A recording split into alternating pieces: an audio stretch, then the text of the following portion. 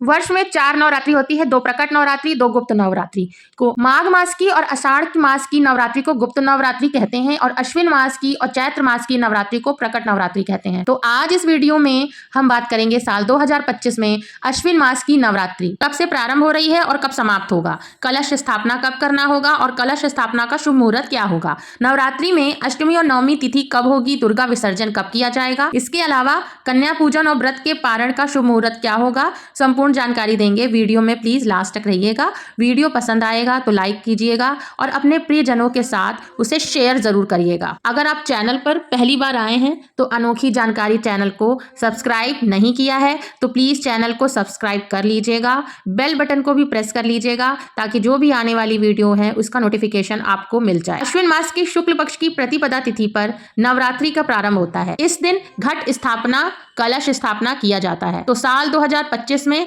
अश्विन मास के शुक्ल पक्ष की प्रतिपदा तिथि का प्रारंभ 22 सितंबर को देर रात 1:23 पर हो रहा है और प्रतिपदा तिथि का समापन 23 सितंबर को देर रात 2:56 पर होगा। तो सूर्योदय कालीन तिथि में प्रतिपदा तिथि हमें 22 सितंबर को प्राप्त हो रही है, इसलिए 22 सितंबर को शारदीय नवरात्रि का प्रारंभ होगा। कलश स्थापना के लिए साथ ही शारदीय नवरात्रि का प्रारंभ होता है। कलश स्थापना का शुभ मुहूर्त है जो कि सुबह 6:09 से लेकर सुबह 8:06 तक रहेगा और इस दिन अभिजीत मुहूर्त का समय आपको सुबह 11:50 से लेकर दोपहर 12:38 तक है। अगर आप ब्रह्म मुहूर्त में कलश स्थापना नहीं कर पाए तो अभिजीत मुहूर्त में कलश स्थापना कर सकते हैं। इसके अलावा आज के दिन राहु काल का ध्यान रखना है। 22 तारीख को राहु काल सुबह 7:49 से लेकर सुबह 9:19 तक है। इसमें आपको कोई भी शुभ कार्य नहीं करना है, कलश स्थापना नहीं करनी है। किस दिन कौन सी तिथियां होंगी तो 22 सितंबर से प्रारंभ हो रहा है। तो प्रतिपदा तिथि हो गया,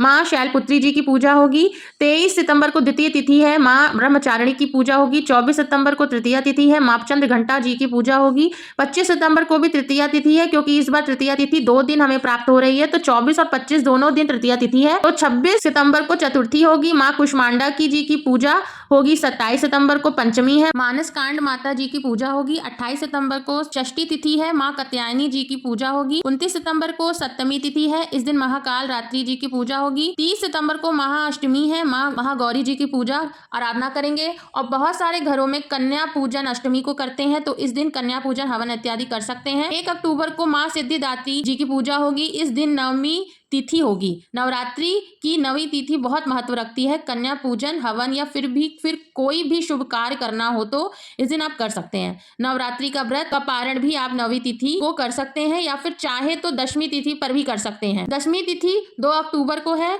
इस दिन दशहरा का पर्व मनाया जाएगा और इसके साथ ही माँ दुर्गा का विसर्जन भी कई जगहों पर पंडाल लगे होते हैं, माँ दुर्गा की स्थापना किया जाता है। उम्मीद करती हूँ आपको ये जानकारी पसंद आई होगी। कृपया वीडियो को लाइक करें, शेयर करें, सब्सक्राइब करें अनोखी जानकारी चैनल को। धन्यवाद।